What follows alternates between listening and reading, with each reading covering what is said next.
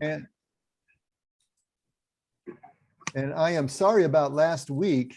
The recording got lost. I didn't. It does it in increments, and so it has to process, and that takes, I don't know, 20 minutes or so. So I forgot about it and left it, and then my computer restarted all by itself during the night, and I lost the recording because you have to save it. So I will make sure that I don't do that again. Actually, that's the first time that's happened, so I'm not doing too badly. But sorry about that. It really hurt my OCD head to realize we're going to have one recording missing, at least, off of this series. That really messed me up. I had to grieve for a while, Becky. All right, we are on page 43. Look at that.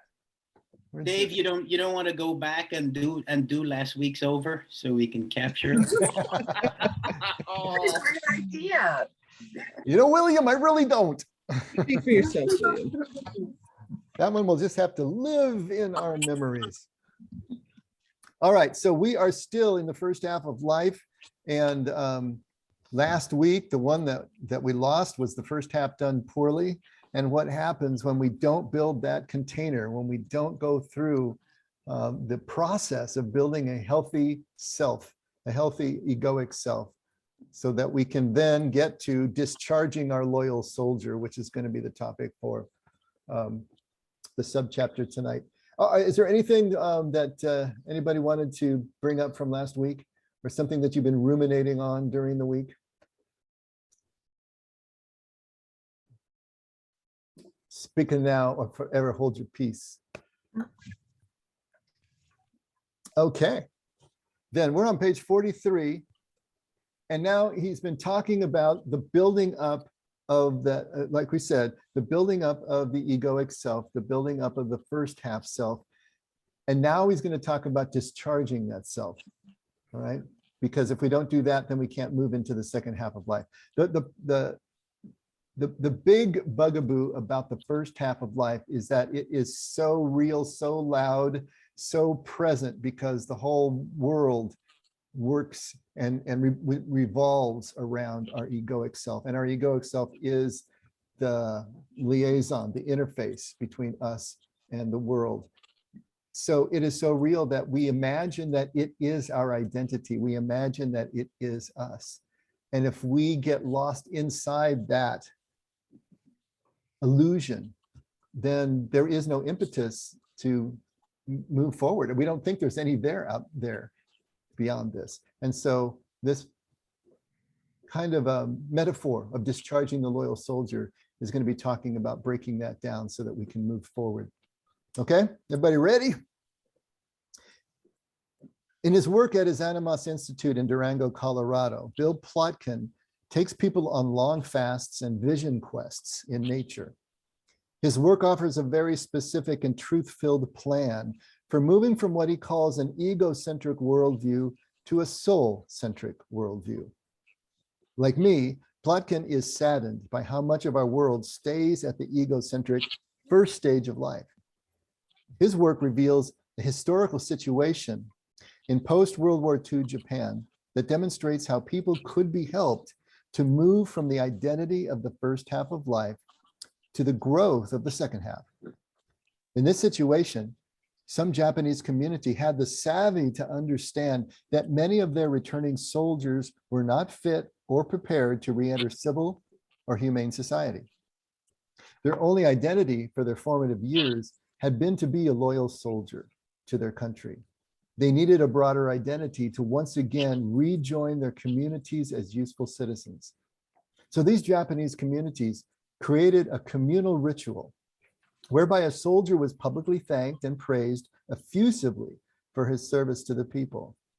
After this was done at great length, an elder would stand and announce with authority something to this effect: the war is now over. The community needs you to let go of what has served you and served us well up to now. The community needs you to return as a man, a citizen, and something beyond a soldier. In our men's work, we call this process discharging your loyal soldier. Now, I was thinking about this is brilliant. You know, We've talked about rites of passage and the three parts of a classic rite of passage: separation, transition, and reincorporation. Well, we don't have in the West anymore rites of passage. They've all been, in fact, all of our rituals have been lost in the West.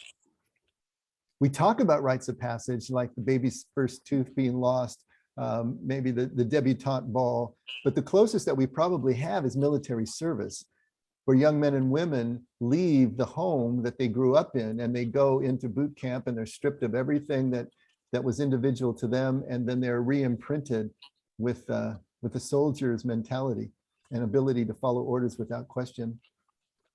And especially if they are deployed into a conflict, that is a huge transition for them. The trouble is we don't do reincorporation well in this country. We don't bring them back. You know, the World War II soldiers that came back, it was interesting because as they were coming back from World War II, from both the European and Pacific theaters, that's right about the time in 1948 when Merton's autobiography came out, Thomas Merton's autobiography, the Seven-Story Mountain.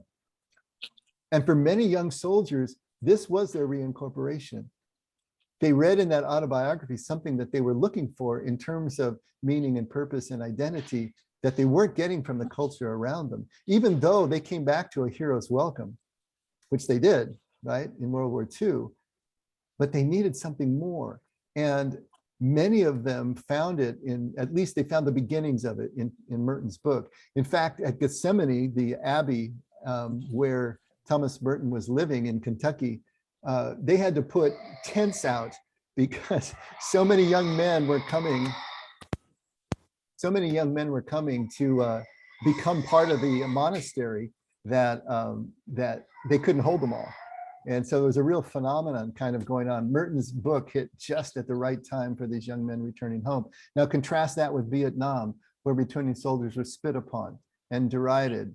You know, where was their reincorporation? How are they supposed to fit back into society?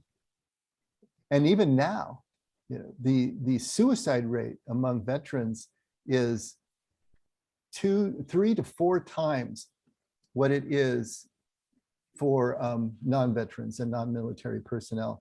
In fact, I just saw a stat that said there have been over 30,000 veterans who have killed themselves since 9/11, 2021. And that's 4 times as many soldiers that have been killed in conflicts overseas. So suicide has taken 4 times as many soldiers as them being killed in battle.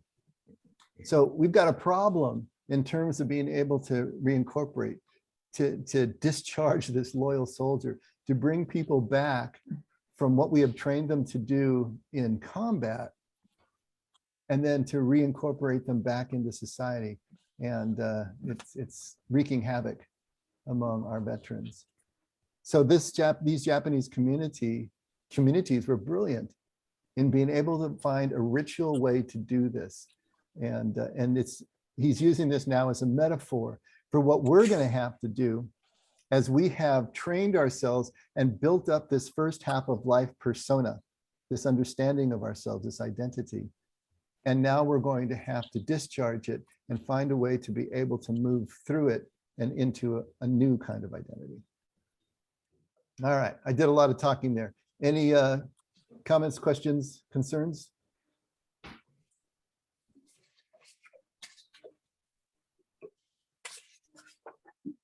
Okay, let's read a little more. I thought was interesting, Go ahead, Sandy. very beginning, Yeah. when they were talking about going on a vision quest, I was like, that kind of wrapped around back into some of the things we were talking about on Tuesday. I thought that was interesting, and I'm wondering, is he going to talk more about that and how that worked? Is that part of the transition? No, I don't think he's talking about that specifically, but he's talking about it more generically. You know, what needs to happen? Now, the vision quest that you're talking about, yeah, it's another way of being able to experience more contemplatively, okay, our deeper self. And that's why contemplation is plays such a huge role in all of this. the ability for us to step away from the egoic consciousness and find out that there's still someone there. When we do that, that voice that talks to in our head is not the be all and end all of our identity, that there's something else, someone else. And so whether it's through vision questing or whether it's through contemplative practice or whatever it is that we do, we need a way to be able to realize that. Okay. Okay, so he continues, this kind of closure is much needed for most of us at the end of all major transitions in life. Because we have lost any sense of the need for such rites of passage, most of our people have no clear crossover to the second half of their own lives. Okay, so reading that again, this kind of closure is much needed for most of us at the end of all major transitions in life. You know, that can be, you know, the loss of a loved one. It can be the end of a job, a career, moving into retirement. I mean, think about the big changes in your life and how important it would have been had you had this kind of ritual way or clear mapped way of being able to move from one, you know, section of your life to another. We don't have those clear ways of doing that, moving people through grief, moving people through transitions. And so he's saying this is what's needed for all major transitions in life. Now, because in the West, we have lost any sense of the need for such rites of passage, most of our people have no clear crossover to the second half of their own lives. No one shows us the stunted and limited character of the worldview of the first half of life. So we just continue with more of the same. The Japanese were wise enough to create clear closure, transition, and possible direction. Western people are a ritually starved people, and in this are different than most of human history. Even the church's sacraments are overwhelmingly dedicated to keeping us loyally inside the flock and tied to the clergy, loyal soldiers of the church. There is little talk of journeys outward or onward, the kind of journeys Jesus called people to go on. And I would say, not only does no one show us the stunted and limited character of the worldview of the first half of life, we actually admire it, we value it, we lionize it, and we promote it. We're going in the opposite direction. You know, we're a youth-obsessed culture. Everything is about the young. Everything is about outwardly building, you know, platforms and money and so on and so forth. That's what we admire, and that's what we're going after in our culture. So we're absolutely teaching our youngest generations not to move on, that this is it. Do this really well and you have succeeded. Do this really well and you've gone as far as you can go.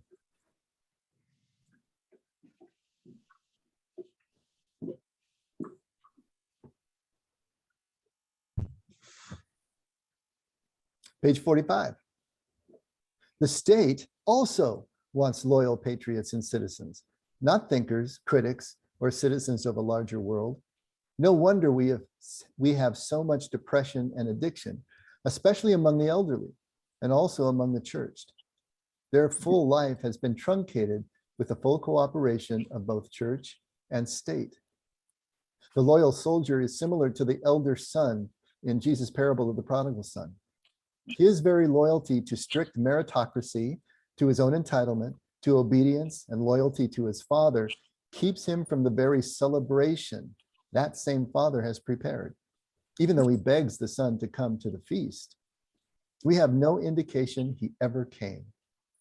What a judgment this is on first stage religion, and it comes straight from the boss.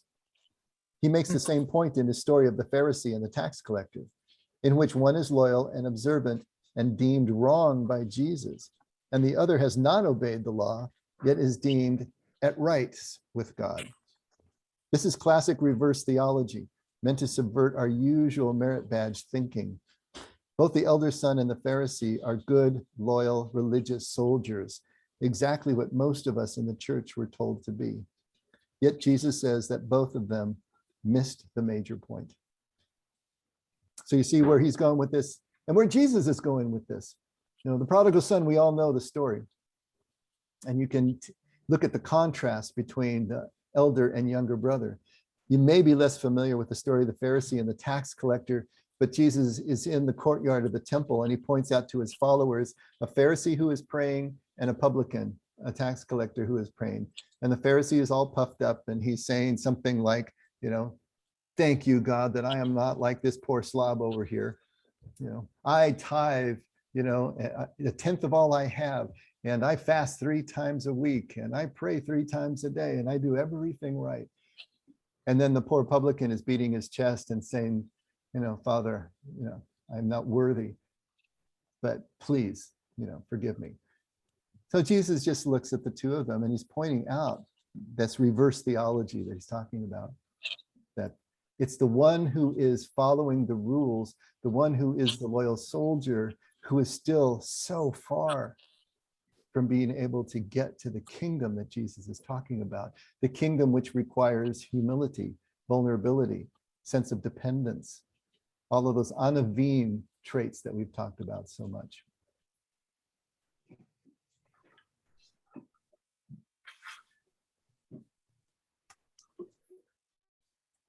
The voice of our loyal soldier gets us through the first half of life safely, teaching us to look both ways before we cross the street, to have enough impulse control to avoid addictions and compulsive emotions, to learn the sacred no to ourselves that gives us dignity, identity, direction, significance, and boundaries. Do you like that, saying the sacred no to yourself? I thought that was pretty cool. We must learn these lessons to get off to a good start. It's far easier to begin life with a conservative worldview and respect for traditions. It gives you an initial sense of place and is much more effective in the long run, even if it just gives you a goad to kick against. Many just fall in love with their first place and position as an extension of themselves and spend their whole life building a white picket fence around it. I was also thinking to point out, he says many just fall in love with their first place and position and spend their whole life building a white picket fence around it. But I think also it is that in this culture, how many of us are given anything with which to contrast the first half of life experience and our first position, what he calls this first place and position? There's nothing to contrast it with. We don't know that there's any there out there. Our churches especially have not given us this second half of life vision. They haven't shown us what it is that we're supposed to be graduating into and toward.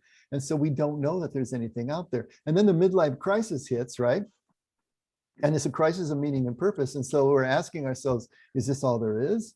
Is there anything more? I'm burning out. What's the point of all of this? And yet we still don't really know what it is that we can go toward if we haven't been shown. Now, some of us, maybe through reading and through curiosity and our own initiative, can start to find the trailhead of that way.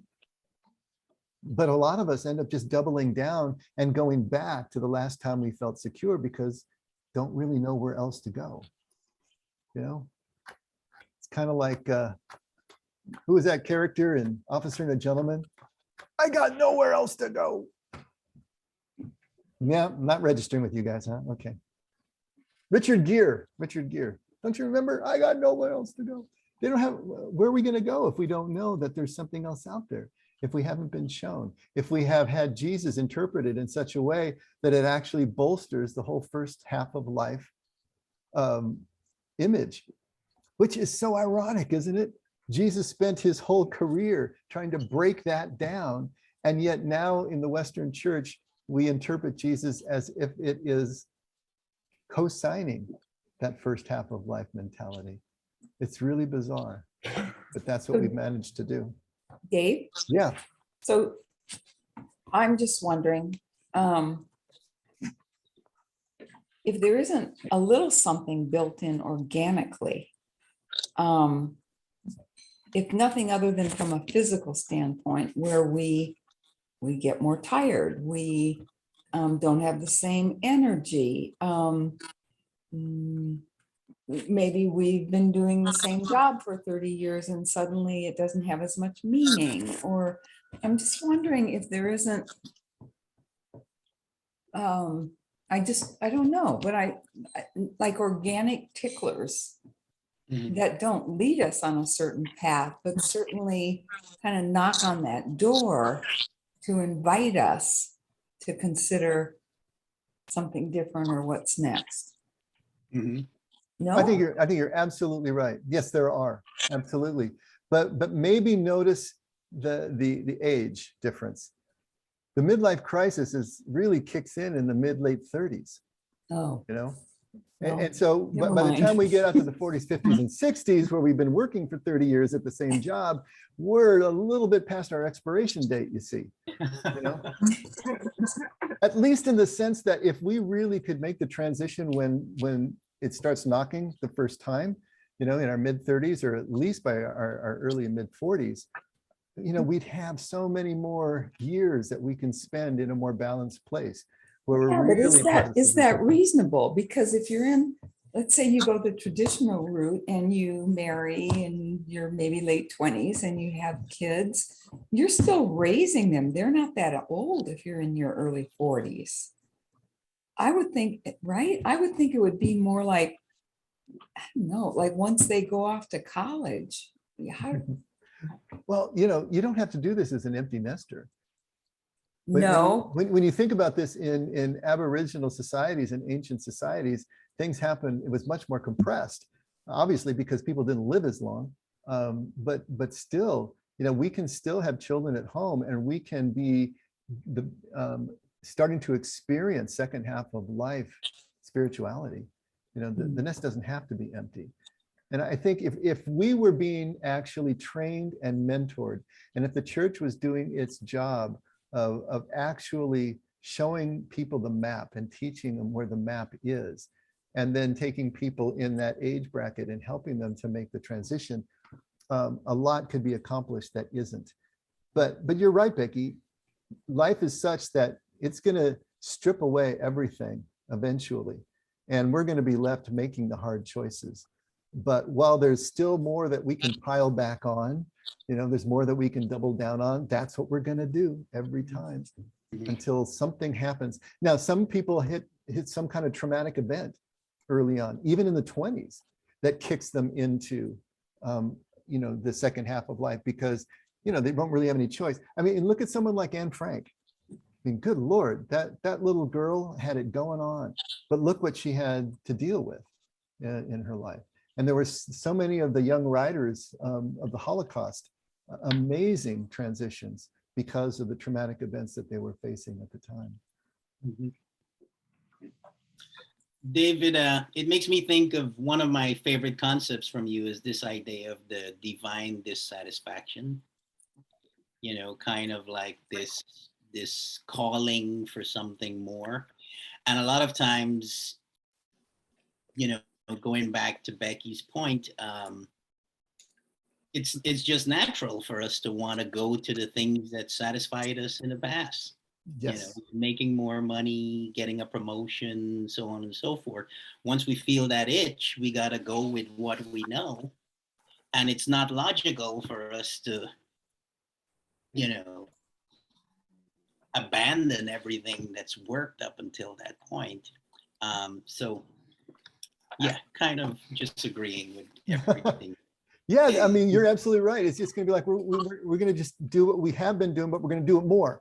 We're going to do it harder. We're going to do it farther. You know, when we think of the midlife crisis, what do we think of? Usually it's men with getting the red sports cars and having the affairs and going to the gym and doing all this and that in their, what, 50s, you know, maybe even their 60s.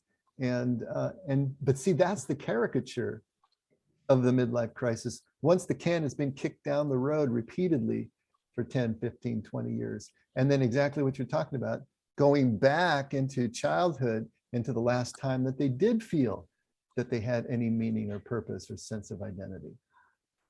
And that's just, you know, more spinning of wheels, more wasted time, instead of being able to go forward. Yeah, I Kathy. think a little bit along the lines of what Becky's saying, though, it makes me think that, you know, there are some people that very specifically plan for retirement, and they plan on not, like, this job doesn't mean the same as it meant to me 20 years ago. I want to do something different. I want to have a more spiritual life. I want to travel. I want to see things. I want to get away from all this that doesn't mean anything to me anymore. So in a way, it is an organic way of them wanting to change their life and get into something that isn't as money hungry as it was the first half of their life, perhaps, but they're planning for it. I mean, they have to say, okay, if I want to do these things, I have to save this amount. And, some of these people are very OCD in their plans, and I'm going to retire this year because I'll have that much money, and then we can just blow this off and go do what we want to do. The other side of it is we're starting to hear more things from the younger generation where they just don't have the same drive for all the money and stuff that their parents did. They don't want to stay with the company for 30 years. They want to retire at 30, 38 and 40 years old and just travel, or just, live off the grid or whatever it is. They don't want. So it's almost like they're moving up their time frame from wanting to shift into the second half of life. What's really meaningful for them. They'll work hard, but they want to play hard too. So it's just really kind of interesting to see it from both youthful perspective and then those that are like planning retirements that have been working for 30 years. But I think we also then have to define second half of life, because what the millennials and Gen Zers are doing really is just their version of a first half of life. It doesn't include the same material trinkets that boomers had, but it's still their version of a first half of life, unless it does incorporate this second half of life identity, mentality, which is a stepping away from the egoic consciousness in one way or another, whether it's religious or whether it's a cult or whether it's spiritual, sans religion. I mean, there has to be the stepping away from the identification with all of that external noise and all of that egoic consciousness, so that we realize that there is something deeper that infuses all of that. It's not that we stop doing our external stuff. We don't stop doing our jobs. We don't have to wait till we stop our jobs to start this process. In fact, we should be doing it as we're moving through in a really organic way, the way Becky was talking about. It can be organic. And it will be our divine dissatisfaction, as William was saying, that is the goad. It's the beginning of this. Usually we don't even have time to be divinely dissatisfied until we get into our 30s, because we are so energetic and we are so just like, glommed onto the goals in life and what we're doing and all the newness of everything. But it's in our 30s where we can start to lose that momentum. And then the dissatisfaction sets in. And what are we going to do with that? And if there is nobody around like a Jesus, telling us, this is what you do with that. Here's where you go. Here is a way that will take you the rest of the journey. Then we're kind of left to our own devices. And some people are going to find the trailhead to Jesus' way anyway, whether they've ever heard of Jesus' name or not. But the majority won't. And even when they're being instructed, Jesus says the majority won't. That's what the wide and narrow way was all about. Most people aren't going to want to discharge their loyal soldier. That's painful. That's frightening.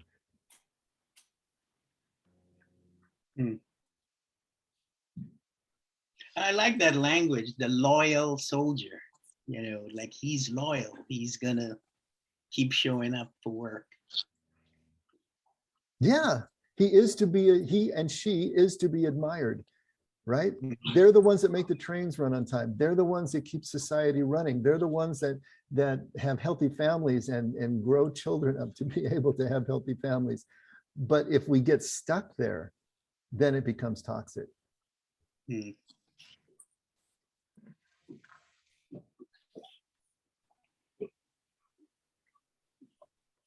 I hear loyal soldier, I just think of it as something that comes out of patriarchy, with the men's movement and stuff, that a lot of men over-identify with that whole, loyal, devoted soldier identity, especially obviously in the first stage of life. And they have a real hard time breaking away from that.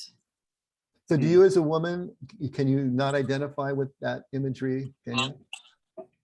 I guess I can in the context of how we're speaking, but I'm saying that terminology, I've heard it a lot in the granola peep community when they refer to patriarchy and that and men's movement and the loyal soldier, you know, that kind of mindset in the men's movement. I'm just bringing that up. Yeah, yeah.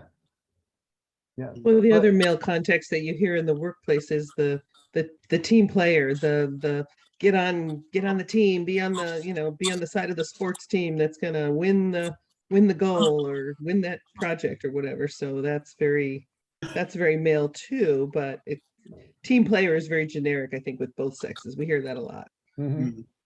So if team player works better than loyal soldier, then just substitute that whenever it comes up. Yeah.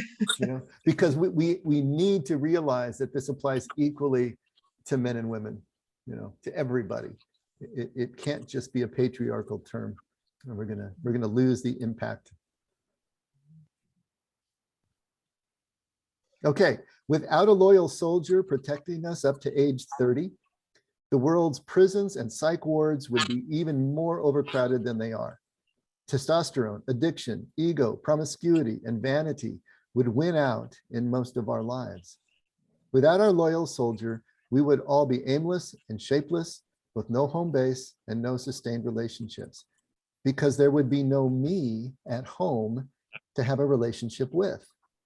Lots of levers, but no place to stand. Paradoxically, your loyal soldier gives you so much security and validation that you may confuse his voice, her voice, with the very voice of God. If this inner and critical voice has kept you safe for so many years, if this inner and critical voice has kept you safe for many years as your inner voice of authority, you may end up not being able to hear the real voice of God. That's a strong statement. Please read that sentence again for maximum effect.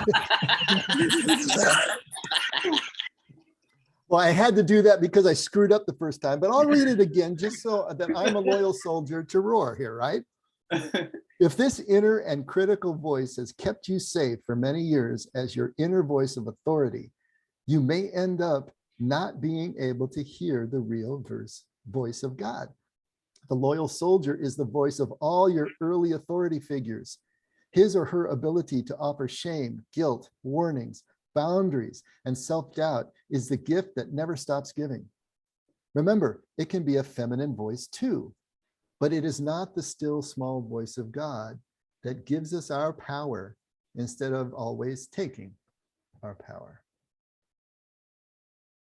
Okay, so that sentence that we had to read again, is that resonating with you all? Do you think that's true? Well, for us, so like, okay, I'm talking about myself. I don't have the wisdom or discernment, though I'm an older person now. How can I tell the difference? What I'm hearing is it has given me security and guidance before. How can I tell the difference? Oh, that's the great question. That's the $64,000 question. That's the question I had to answer 30 years ago too when I was starting this journey. It was just, how do I know? Yeah. So here's what I came up with, and we'll kick it around a little bit. If I'm hearing a voice in my head telling me to do something that sounds familiar to me, in other words, if it's speaking in words and it's telling me something specific to do, then there is absolutely no way that I can distinguish that voice from my own personal desires. There's no way to do it. But notice what he says here, you know, remember, it is not the still small voice of God. In other words, when God speaks, it's not going to be in words necessarily. It's not going to have that same quality of a voice that is speaking to you with authority. It's not going to be the voice of your elders and the people that were in authority in the past. It's not going to be that kind of instruction, direction, that kind of authority. It's going to be of a completely different quality. This is why I finally ended up making the distinction of God's will not being a what, but being a how. Because trying to follow the what was ultimately following my own desires. But following the how of God's love, of God's way of relating in unity and connection, non-dually, then any what was in the center of God's will. And so God's voice changed for me personally from anything specific to something that was always about the quality of the connection while I was making the choice of what to do. And so it was a very different type of voice. And for me, it never speaks in words. It's something that that really I can't express to you, but I kind of know it when I hear it. How's that? You know, I'm wondering too if the wealth of our country also contributes to a delay in what Rohr would call the second half of life. Because honestly, when I think about 30, I mean, maybe it's just our kids, but they're just getting it together. Yep. Right. And the power of accumulating and stuff. And then I think about other countries where that obstacle isn't put in the way. It just makes me think that I remember once Mother Teresa said that we're the poorest rich country in the world, right? That that I think it just means we've got a lot more obstacles to even get to any kind of longings or urgings. Right. What did And- Jesus say, Becky? You know, easier for a camel to go through the eye of a needle than for a rich person to enter the kingdom. Same thing you're talking about here. Too many choices, too many distractions, you know, just too much. And the feeling of failure and resisting failure, you know, that's baked into our culture. You know, like we have these markers about, you know, you're going to own a home and you're going to, you know, yada, yada, whatever that checklist is that lets you know that you are keeping up with society's expectations. And we keep going back to that checklist. And again, if you're surrounded by people who are accomplishing these things and they have the home and the cars and the whatevers, then it makes sense that we are going to focus more on that, you know. So, you know, I'm liking that thought, Becky. Yep.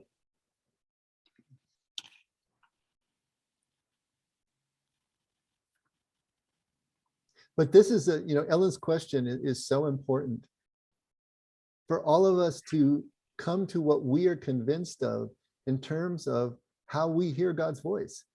I mean, that's huge, you know, to come to grips with that. Because we're so used to a voice in our head talking to us all the time. And I remember how confusing it was for me when I entered the evangelical church, and it was kind of a charismatic church. And so people were always talking about what God told them to do this morning, you know, right down to the parking space that they entered and what they wore. And they'd speak this way, you know, God told me this morning to do this. And then they would say, God told me to tell you to do that, you know, and it's just like, you know, my mind is kind of spinning at this point because I never hear a damn thing. What's wrong with me?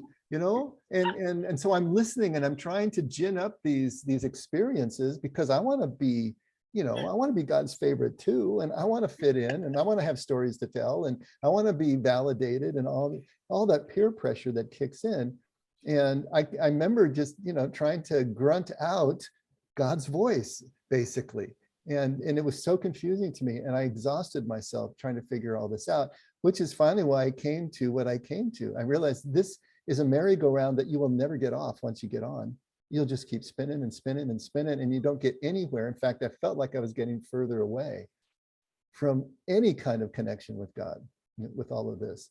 And it's not to invalidate what other people were saying. They have their way of expressing what they were experiencing as God's voice. And that meant something to me that may not have meant the same thing to them. And I didn't have, you know, even the experience to be able to ask that kind of question of them.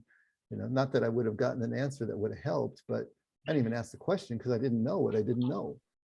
But figuring that out for yourself, you know, Ellen, knowing the difference so that you have a way to be able to move forward.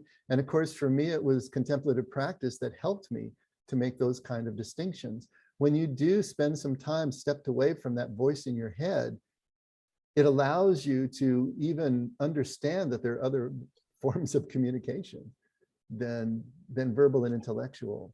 And that made the difference for me. And it's going to be something similar for you, different in detail, but it'll be the same shape of the journey, because there's only one way, as Jesus said. You know? I keep thinking about a thought I've shared in here before, this idea of, you know, how does it go? The ego judges, but the Holy Spirit accepts, or something along those lines. And I think whenever the voice is a critical voice, a judgmental kind of voice, more than likely it's coming from us rather than the voice that accepts and supports, you know. And I like that last line that Rohr has there in that paragraph, that gives us power instead of always taking our power. You know, the idea here is that the truth shall set you free. And if the voices you're hearing are telling you to, you know, conform, then it's doing the opposite of what you would think that still small voice would be telling us, which is, you're okay. Yeah. So William, here's the sneaky part of this, although. In my experience, that judgmental voice can sometimes sound accepting too. Because it's accepting something that really is not conducive to my spiritual journey. You know, it's accepting more of the first half stuff. It's validating that, you know. I remember, again, coming into the evangelical church, and especially when we started to go to Vineyard for a while, and everybody was just, you know, in awe of the prophets, quote unquote, that would come through, those who could speak the words and had prophecies and all this other stuff. And so that judgmental voice is validating that and looking up to that. But that's more first half of life stuff still. I mean, if we're still then now, you know, striving to become that for the reasons of what, you know, so we'll be validated by others. You know, there's so many conflicts of interest that creep into these things, which is why I think Jesus says, when you pray, get away from all of that, you know, come back into your secret place, because that's the only place that you can be sure that your motives are becoming pure. But at least for me, it hasn't been easy enough to be able to say, yeah, the judgmental voice is the harsh, critical one, and the spiritual voice is the accepting one, because sometimes I'm accepting things that I'm just still rubber stamping what everybody else is rubber stamping. Right. Okay. I don't know if I misheard you there, buddy. No, I'm picking up what you're putting down. Okay.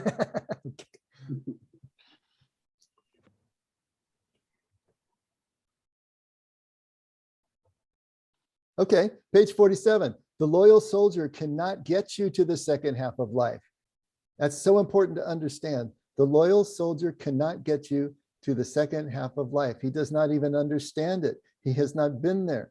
He can help you get through hell with the early decisions that demand black and white thinking, but then you have to say goodbye when you move into the subtlety of midlife and later life.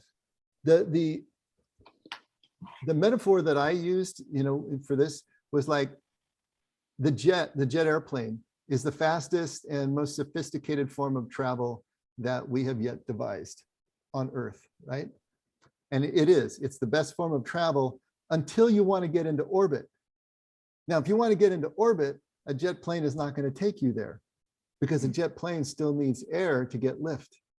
So now if you want to get into orbit, get someplace off of this world, then you're going to have to get out of the plane and get into a rocket ship that has the ability to attain the escape velocity and actually get out of the Earth's gravitational field. And so you have to literally change vehicles. And I think it's the same thing he says here.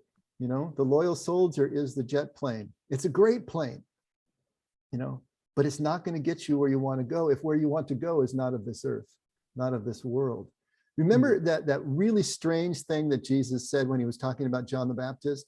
He said, John the Baptist is the greatest prophet born of woman. Do you remember him saying that?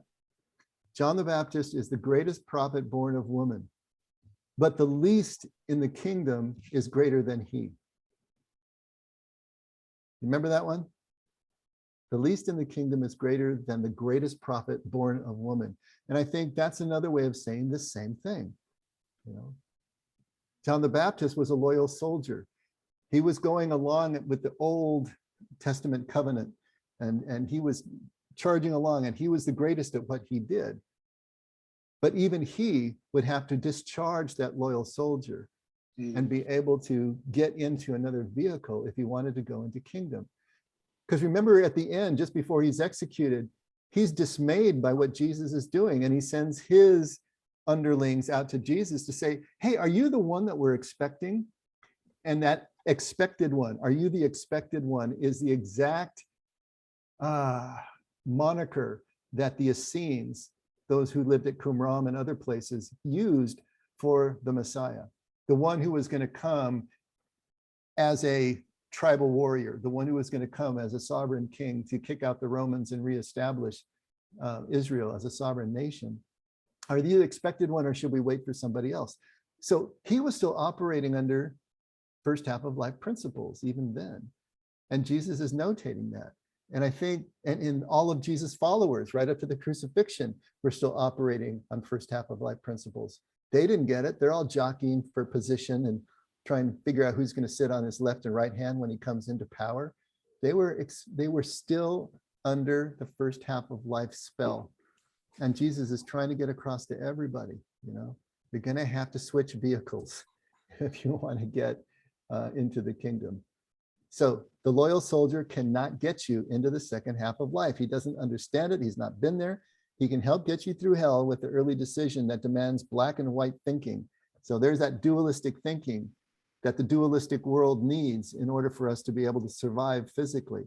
But then you have to say goodbye when you move into the subtlety of midlife and later life. The Japanese were correct, as were the Greeks. Odysseus is a loyal soldier for the entire Odyssey, rowing his boat as only a hero can, until the blind prophet tells him that there is more, and to put down his oar. If you ever read the Divine Comedy, note that Dante lets go of Virgil, who had accompanied him through Hades and Purgatory, knowing that only Beatrice can lead him into paradise. Virgil is the first half of life man. Beatrice is the second half of life woman. In the first half of life, we fight the devil and have the illusion and inflation of winning now and then. In the second half of life, we always lose because we are invariably fighting God. The first battles solidify the ego and create a stalwart, loyal soldier. The second battles defeat the ego because God always wins. No wonder so few want to let go of their loyal soldier. No wonder so few have the faith to grow up. The ego hates losing, even to God. Now, that's pretty cool stuff, don't you think?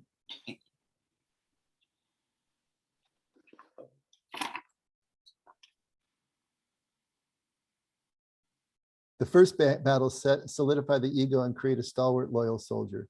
The second battle is defeat the ego because God always wins. And that's really the difference between first and second half of life.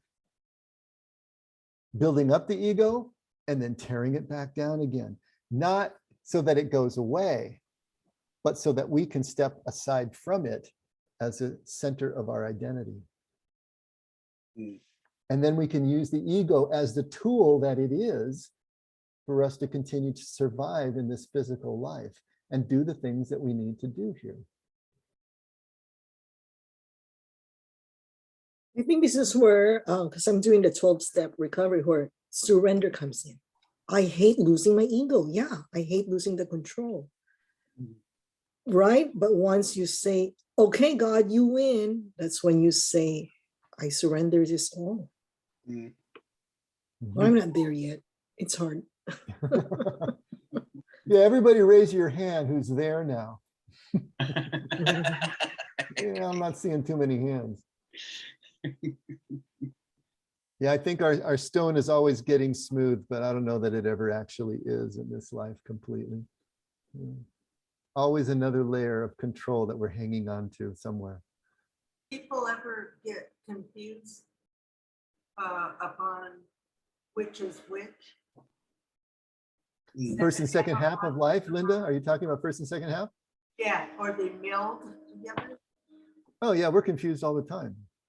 Absolutely. That makes me feel better. Yeah.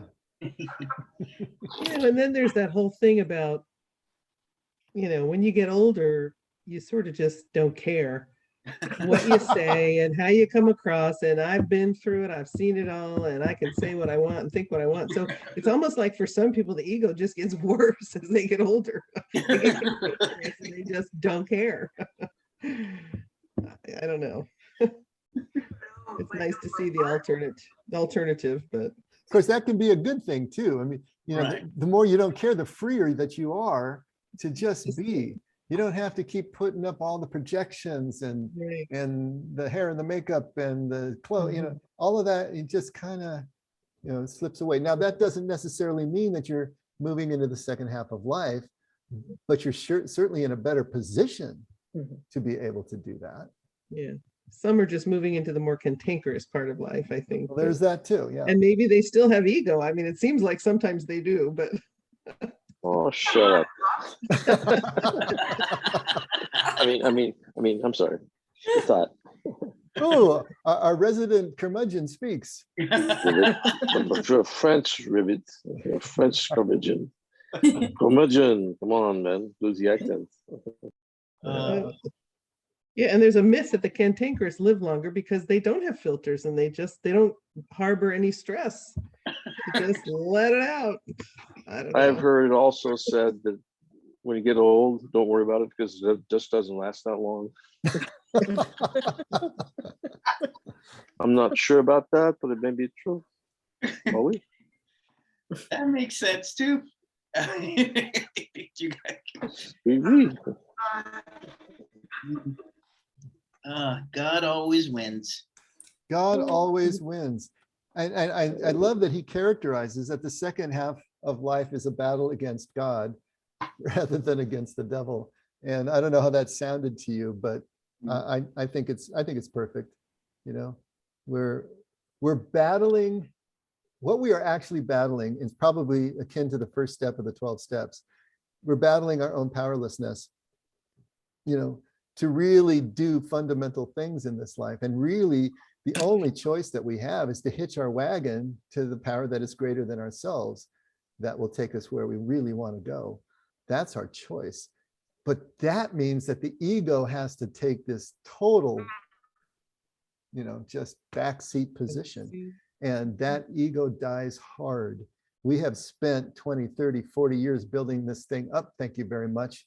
And I'm just not going to dump it at this point. Are you kidding me? You know how hard I worked for all this stuff? And now you're telling me it really doesn't matter in the larger scheme of things? Really? You're going to give me that Ecclesiastes moment? I don't think so. So we're really battling against what our relationship with God is all about, right? I'm sorry, was that you, Kathy? I was just going to say, there's something just kind of beautiful about just like what Ellen was saying, just the humbleness of just surrendering to whatever it is and not being so egotistical. There is something quite, relieving and reflecting about that too. So I think that can feel just as good as being cantankerous, being humble. Better, right? Better, no better. More better. I think too, oftentimes the challenges for me become revealed. My ego becomes even more revealed when I'm in conflict in relationships, and trying to become aware of my, not only my reactions or my desired responses versus my desired responses of who I know I want to be in my true self kind of way.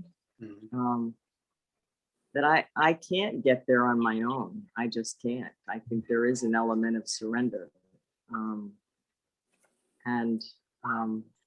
it is yielding, I think, to God, and God's direction, and letting go of control or manipulation, or checking my motivations for saying what I do or responding in a certain way. Yeah, there is a surrendering there, letting go and letting God win, more will be revealed. And that does not come naturally, Mhm. right? That's not our natural stance. We've been taught to fight, never quit, keep on. And the thought of letting go in this way, it just goes against every grain. And it's scary. It's terrifying. Because who are we then? If I let go of this, who am I then? If I die, who am I then when all this is taken away? It's not like we don't have any power and we're right up to our face. We have the power to choose. We're not victims. We have the power to choose. But in reality, what we're doing is we're choosing to let the power greater than ourselves take the reins, And so we are submitting to that power.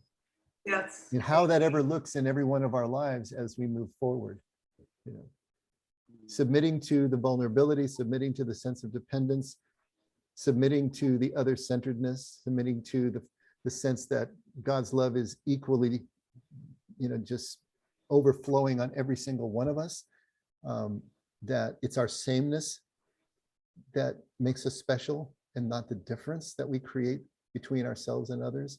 I mean, all these things run so much against the grain of what we have been trained, taught, what we see around us, what our culture admires, and what we have just assimilated. And to let that go takes time, and it's painful and it's scary. But that's why we're actually battling God in the second half of life, in the sense we're battling what it means to be a child of God. We're battling what it means to be in the center of God's will, because it's such a different experience. And it necessitates that vulnerability and humility. And if we haven't developed that yet, then we're a rich person trying to go through the eye of the needle. And we're going to have to get to there before we can actually, that Anavim spirit is where we have to get to as prerequisite to be able to even see the kingdom, let alone live in it. I'm glad we're all together. Always, always. I would want to be alone out here. All right, well, that's where we're going to need to leave it. We didn't get to, see, it was still 3.5 pages to get to the end of the break. So that's not going to happen tonight, but that's okay. Well, remember, God won. What's that? God won. See, there was my OCD mind wanting to get to the next break, right? And it just isn't happening. I have to surrender. Can I add something? Because Linda, it reminded me last week you were saying you're having difficulty to understand the book.